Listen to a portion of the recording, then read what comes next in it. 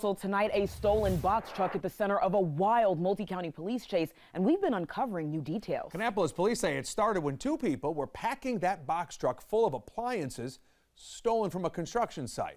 Officers blew out the tires, but they kept going from Cabarrus County all the way into Charlotte before the truck crashed. WBTV's Ron Lee has been digging into this rash of crimes that ended with this chase. Ron, what have you learned? Jamie, that's exactly right. And investigators tell me that those suspects did use that box truck to load those appliances and try to rip them off from the construction site. Now, the one thing a box truck is good for is hauling things. One thing it's not good for is getting away from police. The fiery pursuit started around 2:30 this morning. Kannapolis PD tell me they got a tip about two men ripping off appliances at a new housing project at the True Homes construction site off Concord Lake Road. As police were rolling in, the two suspects driving this stolen moving van were headed out the opposite direction. Detectives tell me the pair were in such a hurry to get away, they didn't even bother to stow the metal loading dock, sending sparks flying everywhere as it was dragged down the road behind them.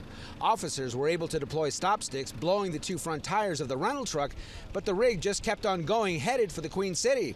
Police followed the suspected perps while CMPD was notified and got ready for their arrival. The chase came to an end when the truck wrecked along Charlottetown Road. Detectives tell me the passenger gave up right away, but the driver made a break for it, being corralled a short time later. In custody tonight are Jamie Sean McCorkle of Concord and Neil Branch of Charlotte, both being hit with a multitude of charges, including breaking and entering, larceny, and larceny of a motor vehicle. Investigators say they think the pair have done crimes like this in the past.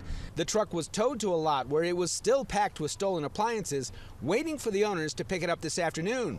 Management at the construction site tell me they've heard about thefts like this before and are glad police were able to respond so quickly to recover their stolen property. They're making arrangements to pick it up soon. Now, I did check with court records just a few minutes ago, and so far there is no indication these guys are going to be going in front of a judge for the foreseeable future. We will stay on top of the story and let you know exactly what happens. From Kannapolis, I'm Ron Lee. WBTV, on your side. Quite a tale. Ron, thank you.